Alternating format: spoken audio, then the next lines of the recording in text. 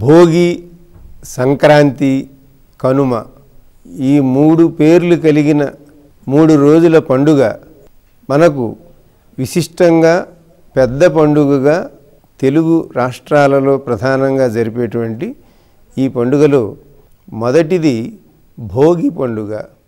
భోగః అస్మిన్ అస్తితి, భోగః అస్య అస్తితి. భోగము కలిగినటువంటిది కలిగినవాడు భోగి అవుతాడు. ఈ పండుగ రోజున మనందరం ఏమి భోగము కలిగిన వారి అవుతాము అని అంటే, ఇది ఒక విశేషమైన ఆరాధనతో ఈ భోగి పర్వం ఏర్పడింది. ఈ భోగి పండుగ నాడు మనం సూర్యుణ్ణి ఆరాధించాలి. రాబోయే మాఘమాసం సౌరోపాసనకు కేంద్రంగా ఉండేటువంటి మాసం. ఉత్తరాయణం ఇది సూర్యుని యొక్క గమనాన్ని తెలియజేసేటువంటిది. మర్నాడు ఉత్తరాయణంలోకి సూర్యుడు మకర రాశిలోకి ప్రవేశించబోతూ ఉన్నాడు. అందువలన ఆ సమయంలో ఇప్పుడు అందరూ కూడా వారి వారి దగ్గర ఉన్నటువంటి పాత వస్తువులను, పదార్థములను అన్నింటినీ త్యాగం చేయటం ఒక భోగం. అలాగే ఇంటికి వచ్చిన బంధుమిత్రులు అందరూ కూడా పిండి వంటలతో, అరిసెల వంటి ప్రత్యేకమైనటువంటి వాటితోటి, నూతన వస్త్రములతోటి ఒకరినొకరు సత్కరించుకుని ఒక రకమైన భోగాన్ని అనుభవించడానికి తగిన వాతావరణంలో రైతులకు పంటలు చేతికి అందటం మొదలైనటువంటి కారణంగా అది కూడా ఒక రకమైనటువంటి భోగం. అలాగే పిల్లలకు భోగి పళ్ళు పోస్తారు. ఈ భోగి పళ్ళు సూర్యునికి సంకేతంగా అర్కఫలములు అంటారు వాటిని.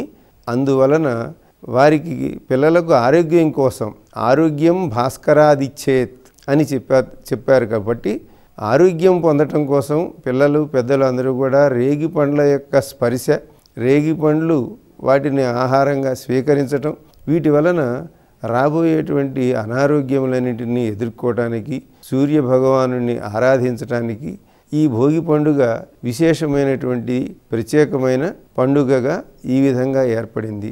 కాబట్టి మనం చేయవలసినటువంటిది సూర్యోపాసన, సూర్యుణ్ణి ప్రార్థించటం, అలాగే లక్ష్మీదేవిని పూజించటం.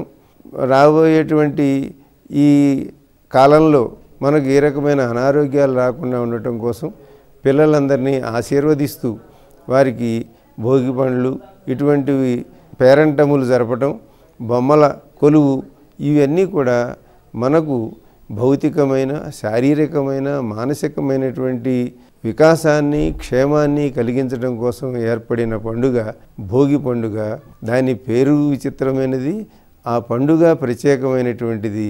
ఇది మనకు ధర్మశాస్త్ర గ్రంథములలో చెప్పబడని పండుగలు కానీ లోకంలో ఒక మనకు దేశాచారము, ప్రాంతాచారము, కాలాచారము ఇట్లా ఆచారములను మనం తప్పకుండా పాటించాలి అని మనకు ధర్మశాస్త్రం చెప్తూ ఉన్నది. ధర్మశాస్త్రంలో దేశమంతా అన్ని కాలాల్లో ఆచరించేటువంటి వైదికమైన ధర్మములు చెప్పబడి, కొన్ని అందులో చెప్పకపోయినా ఆచరించే వాటిని తప్పకుండా ఆచరించండి అని మనకు ధర్మశాస్త్ర గ్రంథాలు చెబుతూ ఉన్నాయి. కాబట్టి ఈ భోగే భోగభయం అని మనకు శంకరాచార్యులు వారు చెప్పినట్లుగా ఇక్కడ ఈ భోగం వలన రోగభయం మనకు కలుగుతుంది కనుక ఆ రోగభయం నుంచి బయటపడటమే భోగం. కనుక ఈ భోగి పండుగ ద్వారా మనం మన దగ్గర ఉండేటువంటి ఈ పాత వస్తువులతోటి ఇంకా ఇటువంటి వాటినన్నింటినీ త్యాగం చేయటం ద్వారాను, వాటిని దగ్ధం చేయటం ద్వారాను వాతావరణంలో ఉండేటువంటి చలిని పోగొట్టుకుంటూ మన మనసులో ఉండేటువంటి ఈ అనవసరమైనటువంటి లోభం, ఈ లోభ గుణాన్ని పోగొట్టుకోవడానికి అన్ని విధాలా పనికొచ్చేటువంటి విశిష్టమైన పండుగ 3 రోజుల పండుగలో మొదటి రోజు భోగి పండుగ.